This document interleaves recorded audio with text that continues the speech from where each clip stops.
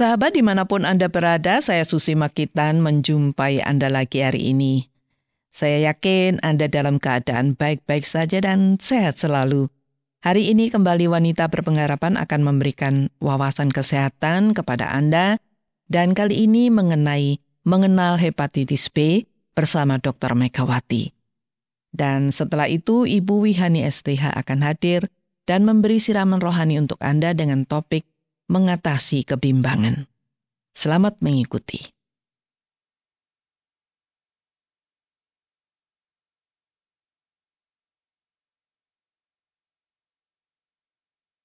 Saudara, hari ini kita masih akan membahas tentang hepatitis. Pada waktu yang lalu kita sudah membahas tentang hepatitis A. Nah, sekarang kita akan mengenal hepatitis B. Mengapa kita harus tahu dan mewaspadai hepatitis B? Saudara, berita dari Jawa Pos pada bulan Juli yang lalu menyatakan bahwa di Rumah Sakit Dr. Sutomo Surabaya pada bulan Mei 2018, ada sekitar 822 pasien penderita hepatitis B. Ini cukup banyak ya. Dan menurut Kementerian Kesehatan Indonesia, jumlah penderita hepatitis B terbanyak ketiga di Asia. Ini tentunya menjadi keprihatinan kita dan sekaligus perlu diwaspadai. Untuk itu hari ini sengaja saya hadirkan Dr. Megawati lagi untuk memberi wawasan kepada kita mengenai hepatitis B agar kita mengerti dan menjadi waspada. Dan Dr. Megawati sudah bersama saya saat ini. Apa kabar, Dok? Kabarnya sehat-sehat saja, Bu Susi. Sehat saja ya. Terima kasih untuk kehadirannya hari ini. Dan yang lalu kita sudah membahas hepatitis A ya, Dok ya. Dan sekarang kita akan membahas atau kita ingin tahu nih tentang hepatitis B. Nah, apa itu hepatitis B? Apa penyebabnya? Apakah masih sama dengan hepatitis A? Apa bedanya? Jadi sama-sama virus ya, disebabkan oleh virus yang namanya virus hepatitis B. Terus disingkat HVB begitu ya. Sama saja masih radang pada hati yang disebabkan oleh virus hepatitis B. Nah, khusus untuk hepatitis B itu bisa kronis, bisa akut. Yang dinamakan kronis itu adalah yang lebih dari 6 bulan. Jadi sakit yang lebih dari 6 bulan itu namanya kronis. Kalau yang kurang dari 6 bulan itu namanya akut. Akut, ya. Jadi itu ya, dua macam itu ya, Dok ya. Iya. Nah, siapa ini yang paling bisa terkena hepatitis B ini? Orang yang bagaimana atau anak-anak bisa juga ya terkena hepatitis B ya, Dok ya? Iya, bisa. Tapi yang paling beresiko ini sebenarnya kalau kita bicara tentang paling beresiko, itu kita harus lihat bagaimana dengan cara penularannya. Jadi kalau kita lihat penularannya, berarti kita tahu ya. Penularan hepatitis B itu beda dengan A, Bu Susi. Beda ya, Dok. Kalau A itu melalui makanan minuman ya, betul, yang terpapar. Saya masih ingat itu. Tetapi kalau hepatitis B itu hanya bisa melalui hubungan seks, jarum suntik atau dari darah ke darah. Dari darah ke darah, hubungan seks atau jarum suntik gitu ya. Jadi kita bisa tahu ya siapa yang paling beresiko. Tentu saja mereka-mereka yang berhubungan seks tanpa kondom. Maksudnya berhubungan seks dengan orang yang terkena hepatitis B. Begitu ya. Nah, masalahnya hepatitis B ini kadang tanpa gejala, tidak tahu orangnya. Sehingga mungkin mereka-mereka yang berhubungan seks tanpa kondom, baik seks oral maupun anal dan semua seks itu dengan cara seperti apapun itu bisa menularkan. Terus mereka yang mendapatkan perawatan gigi, iya kan? Berarti kan perawatan gigi kemungkinan kan berdarah. Betul. Karena nggak tahu bersihkan karang gigi atau apa berdarah. Nah, kalau misalnya orang yang rawat gigi ini punya hepatitis, kan ada virusnya. Setelah itu orang berikutnya dengan alat yang sama mungkin nggak disteril, dia bisa ketularan. Atau tato, orang yang suka tato dengan alat yang sama. Siapa tahu langsung setelah itu sebelumnya ternyata dia hepatitis B. Karena kadang-kadang nggak kelihatan kalau sakit. Atau dari pasien ke dokter gigi, perawat. Itu semua yang merawat pasien. Dokter gigi tentu saja makanya dia selalu pakai sarung tangan. Karena takutnya darahnya pasien ini mengandung virus hepatitis. Gitu ya. Jadi penularannya memang beda ya dengan sangat beda. Ya. Jadi pinjam alat, sikat gigi, handuk apabila ada bagian tubuh yang sakit berdarah, pokoknya harus melalui darah. Dan kita juga ada bagian tubuh yang luka.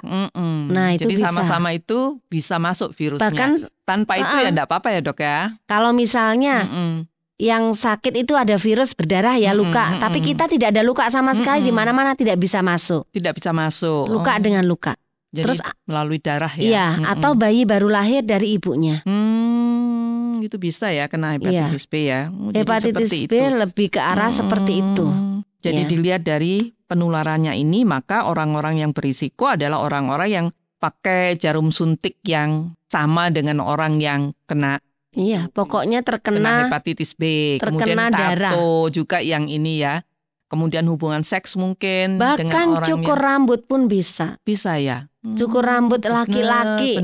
Laki-laki yang pakai silet. Silet untuk itu membersihkan itu. Misalnya luka sedikit. Nah, itu bahaya sekali karena siletnya nggak ganti. Iya, betul. Nah, gitu loh. Jadi makanya memang zaman sekarang ini penularan dari darah ke darah. Jadi kita harus mewaspadai. Betul. Putra-putra kita potong rambut itu harus dilihat. Kadang-kadang kan kalau ini siletnya itu kan saya lihat memang itu orang dikerok gitu ya, bisa berdarah. Itu. Nah, darahnya nempel di silet, nanti dipakai lagi pada orang berikutnya. Iya. Nah, orang berikutnya bisa tertular kalau yang sebelumnya itu hepatitis ya dok ya. Iya.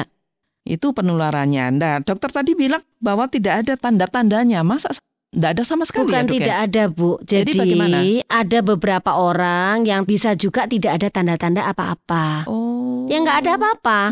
Seperti sehat gitu aja. Iya seperti sehat. Tapi ada yang ada tanda-tandanya seperti nyeri perut tadi, urinnya gelap seperti teh. Seperti itu ya. Terus buang air besarnya, fesesnya itu tinjanya itu seperti dempul. Keras putih. Ya? Enggak, putih.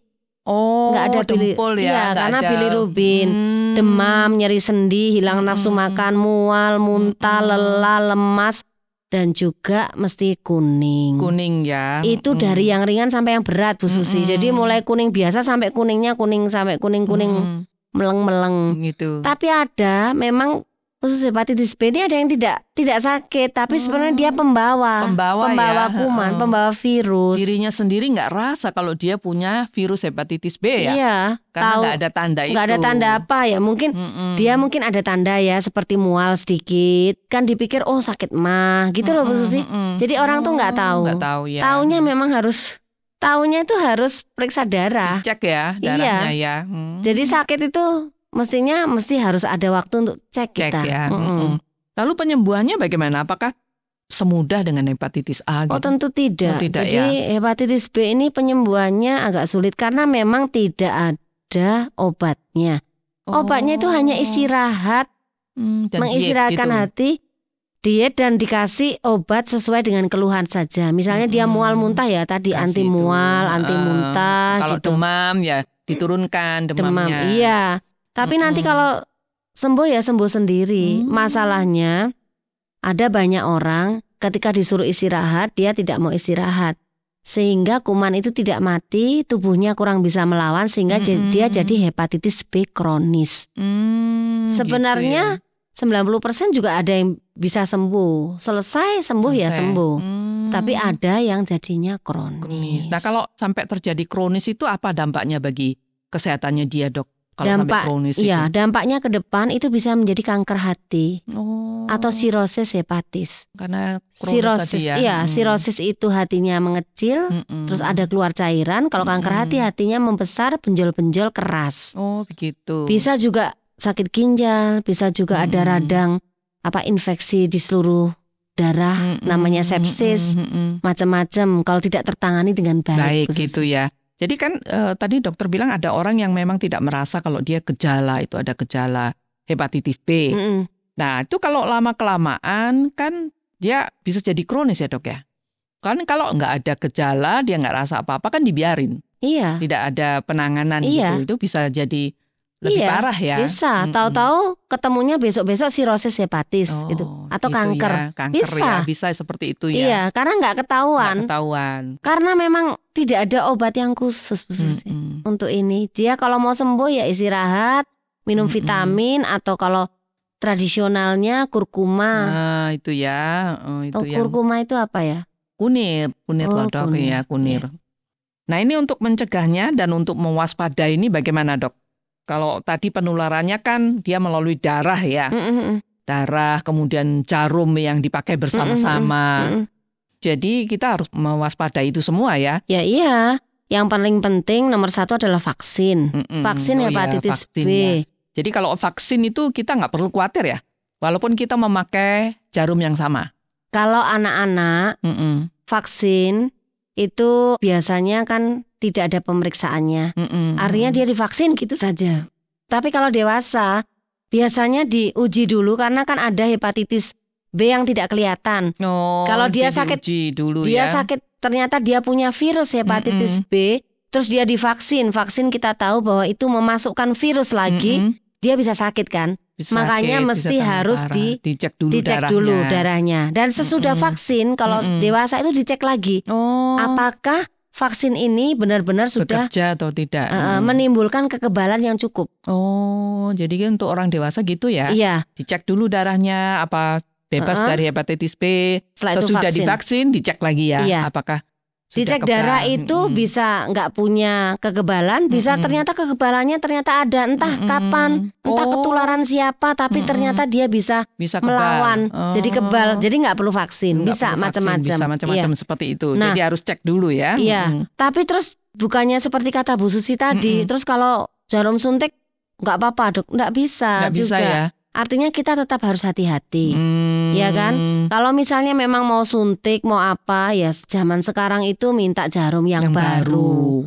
Kalau misalnya untuk tato juga, kalau untuk tato harus juga jarum yang baru juga ya. Jarum yang baru lah, walaupun kita bayar kita sudah sedikit. Divaksin ya. Iya, jadi apapun juga kalau kita memang ada luka, ada apa, ya kita berusaha paling tidak menutupi luka itu supaya akhirnya tidak tercemar oleh luka yang lain, orang lain yang ada virus hepatitis B-nya ya. Itu ya dok ya. Baik, terima kasih untuk wawasannya mengenai hepatitis B dan semoga ini bermanfaat bagi pendengar. Sampai jumpa ya dok. Sampai jumpa Bu Susi.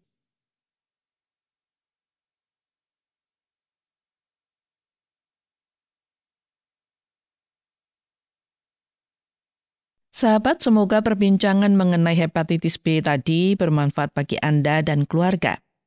Tetaplah bersama Wanita Berpengharapan karena sesaat lagi Ibu Wihani STH akan hadir untuk memberikan siraman rohani untuk Anda. Namun sebelum itu, saya mengajak Anda untuk mendengarkan sebuah lagu yang saya sudah siapkan untuk Anda. Selamat mendengarkan dan semoga sahabat terhibur.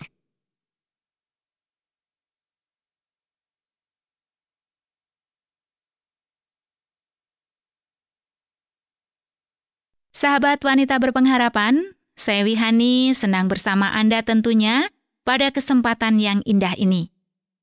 Saya yakin pengetahuan tentang kesehatan jasmani, khususnya tentang hepatitis B yang dibawakan oleh Ibu Susi dan Dr. Megawati tadi, sangat bermanfaat bagi kita semua. Nah, sekarang jiwa kita pun membutuhkan kesehatan tentunya. Kali ini, saya akan membagikan renungan buat kita semua dengan topik mengatasi kebimbangan. Sahabat, apakah Anda pernah mendengar kisah tentang Rasul Petrus yang berjalan di atas air? Bila Anda belum pernah mendengarnya, saya akan menceritakan secara singkat kepada Anda. Cerita ini terdapat dalam Injil Matius, pasal yang ke-14, ayat yang ke-22 sampai ayat yang ke-33. Ceritanya begini. Pada suatu hari, sesudah selesai mengajar, Tuhan Yesus menyuruh orang banyak yang mendengarnya untuk pulang. Dan menyuruh para muridnya naik perahu dan mendahuluinya ke seberang. Sedangkan Yesus naik ke bukit seorang diri untuk berdoa. Pada waktu itu hari sudah malam. Ketika perahu para muridnya sudah jauh, perahu itu diombang-ambingkan angin. Nah, kira-kira pukul 3 pagi, Yesus mendatangi para muridnya.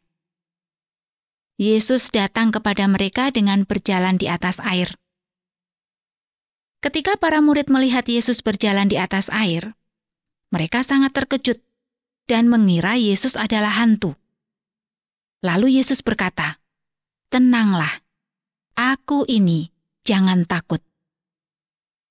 Lalu seorang murid Yesus yang bernama Petrus berseru kepada Yesus dan berkata, "Tuhan, apabila Engkau itu, suruhlah aku datang kepadamu berjalan di atas air." Dan Yesus berkata kepada Petrus, "Datanglah." Lalu Petrus datang kepada Yesus dengan berjalan di atas air. Tetapi ketika ada tiupan angin, maka takutlah Petrus. Dan ia mulai tenggelam, lalu berteriak kepada Yesus, "Tuhan, tolonglah aku." Lalu Yesus memegang tangan Petrus dan berkata, "Hai orang yang kurang percaya, mengapa engkau bimbang?" Para murid dan orang-orang yang ada di perahu menyembah Yesus dan berkata, "Sesungguhnya Engkau Anak Allah." Kebimbangan dan ketakutan Petrus membuat dia mulai tenggelam. Untunglah ia cepat memohon pertolongan kepada Yesus untuk menolongnya, sehingga ia tidak jadi tenggelam. Nah, sahabat, Petrus bisa berjalan di atas air karena ia beriman kepada Yesus, dan tentunya karena kuasa Yesus. Tetapi ketika angin meniup dan Petrus mulai takut dan tenggelam, ia langsung berteriak minta Yesus menolongnya. Lalu Tuhan Yesus mengatakan bahwa Petrus kurang percaya dan bimbang hatinya. Seharusnya Petrus tidak perlu bimbang dan ragu, karena Tuhan Yesuslah yang membuat Petrus dapat berjalan di atas air. Dan Tuhan Yesus juga berada di dekatnya. Tetapi ternyata Petrus kurang percaya. Sahabat, kita juga sering bimbang, bukan? Kita juga sering kurang percaya kepada Yesus. Ketika kita menginginkan sesuatu dan kita memohon kepada Yesus, tetapi hati kita masih tetap bimbang dan kurang percaya kepada Yesus. Kalau begitu, apa sebenarnya yang membuat kita bimbang atau kurang percaya kepada Yesus? Bisa saja karena kita merasa bahwa Yesus begitu jauh. Atau kita merasa bahwa Yesus mungkin tidak peduli terhadap kita. Atau bisa saja kita merasa sebagai orang berdosa, dan karena itu kita tidak layak mendapatkan apa-apa dari Yesus. Atau kita tahu bahwa Yesus sanggup melakukan segala perkara, tetapi kita juga selalu ragu. Bisa juga kita merasa bahwa Tuhan Yesus dapat melakukan perkara yang besar dalam kehidupan kita. Namun keraguan terus muncul lagi. Seringkali hidup kita memang dipenuhi kebimbangan dan kepercayaan kepada Tuhan begitu lemah. Sehingga kita merasa khawatir dan merasa takut menghadapi hidup ini. Sahabat, Yesus mau agar kita teguh dalam keyakinan dan kepercayaan kita kepadanya. Yesus mau agar kita tidak meragukan kasih dan kuasa-Nya dalam hidup kita. Yesus mau agar kita percaya kepadanya 100%. Keraguan dan kebimbangan kita akan menghalangi kuasa dan kasih Tuhan. Kebimbangan dan keraguan kita akan menjauhkan kita dari Tuhan. Dan bila kebimbangan ini terus ada dalam hidup kita, maka kita tentu tidak akan pernah merasakan sukacita dan bahagia dalam hidup ini. Kebimbangan akan semakin membuat kita tidak menyadari betapa besarnya kasih Tuhan untuk kita. Jadi, bila kita selalu bimbang dan semakin jauh dari Tuhan, maka hidup kita akan tentu kehilangan ketenangan, kehilangan kedamaian dan sukacita. Sebaliknya, bila kita tidak bimbang dan tidak ragu atas kuasa dan kasih Tuhan, maka kita akan merasa dekat dengan Tuhan. Dan bila hati kita dekat dengan Tuhan, maka hati kita tenang, aman, dan damai, walau banyak badai yang kita hadapi. Apakah Anda saat ini dalam keadaan bimbang dan ragu? Apakah Anda saat ini kurang percaya bahwa Tuhan mengasihi dan peduli kepada Anda? Sahabatku, mari kita membuang semua kebimbangan, keraguan, dan rasa kurang percaya kita kepada Tuhan. Mari kita mengganti kebimbangan kita dengan keyakinan teguh dan kuat, serta benar-benar percaya kepada Tuhan dengan sepenuh hati. Bila itu tidak mudah, maka mohonlah kepada Tuhan untuk menolong Anda. Dan tentu, Roh Kudus akan menolong Anda menaruh kepercayaan yang teguh dalam hati Anda kepada Tuhan. Ketahuilah bahwa Tuhan mengasihi Anda. Seperti yang dikatakan dalam kitab Yohanes, pasal yang ketiga, ayat yang ke-16, yang mengatakan, "Karena begitu besar kasih Allah akan dunia ini, sehingga Ia telah mengaruniakan anaknya yang tunggal, supaya setiap orang yang percaya kepadanya tidak binasa, melainkan beroleh hidup yang kekal. Sebab Allah mengutus anaknya ke dalam dunia, bukan untuk menghakimi dunia, melainkan untuk menyelamatkannya oleh Dia. Barang siapa percaya kepadanya, ia tidak akan dihukum. Barang siapa tidak percaya, ia telah berada di bawah hukuman. Sebab ia tidak percaya dalam nama Anak Tunggal Allah." Tuhan memberkati. Amin.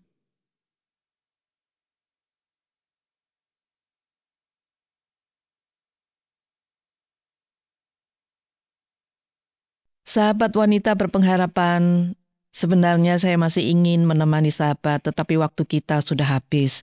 Dan selesai sudah seluruh acara wanita berpengharapan untuk hari ini. Semoga seluruh sajian kami hari ini bermanfaat buat Anda dan keluarga. Bila sahabat ingin menanggapi acara ini atau ingin membagikan pengalaman hidup sahabat, langsung saja hubungi wanita berpengharapan melalui SMS atau WA ke nomor 081 333 777 386. Saya ulangi lagi nomornya 081 333 777 386. Akhirnya saya Susi Makitan mohon pamit dan sampai jumpa. Terima kasih Anda sudah mengikuti program kami. Jika Anda diberkati, jangan lupa like, komen, dan share supaya Anda tidak ketinggalan setiap program terbaru kami. Jangan lupa juga untuk subscribe channelnya dan nyalakan loncengnya. Jika Anda ingin mendukung pelayanan kami, bisa melalui rekening kami berikut ini atau menghubungi kami di sini.